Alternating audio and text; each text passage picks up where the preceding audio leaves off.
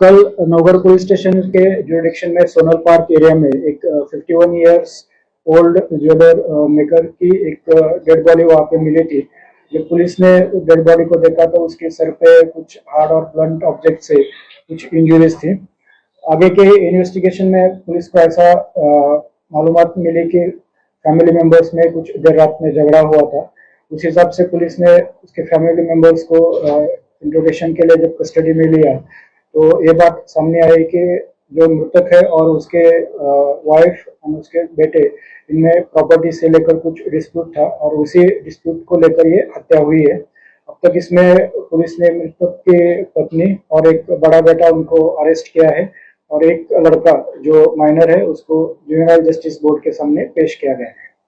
जो CCTV footage जो दिख रहा है जो वो क्या उसी में सीसीटीवी फुटेज वो जो गली है उसमें बहुत सारे शॉप्स या घर के बाहर सीसीटीवी फुटेज लगे हुए हैं जिसमें वो एक्यूज है उनकी मूवमेंट दिख रही है। वो भी इन्वेस्टिगेशन में आगे पता चलेगा। सर आरोपियों को कहां से गिरफ्तार किया है? आरोपियों को दीवा करके एरिया है वहां से अरेस्ट किया गया। उसके कोई रिलेटिव थे वहां पे वो गए हुए थे। सर सीसीटीवी फुटेज में दो पुरुष एक महिला और एक बच्ची दिखाई दे रही है। दो पुरुष कौन? वो उनके लड़के हैं। दो लड़के हैं। तो हत्या उन्होंने की है। हाँ।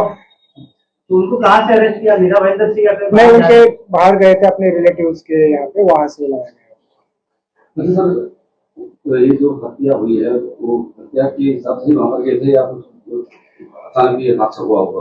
अब तक जो इन्वेस्टिगेशन हुआ है उसमें ये चल रहा है कि इनके बीच बीच में उनको कुछ पैसे से लेन देन में झगड़े होते थे। बेसिकली वो घर वाले बाहर रहते थे और ये अपने वर्कशॉप में रहता था।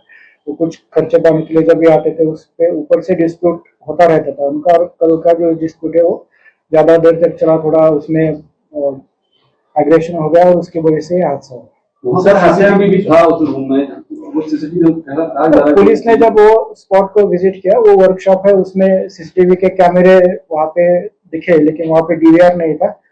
आगे के इन्वेस्टिगेशन में उस डीवीआर के बारे में तहकीकात की जाएगी।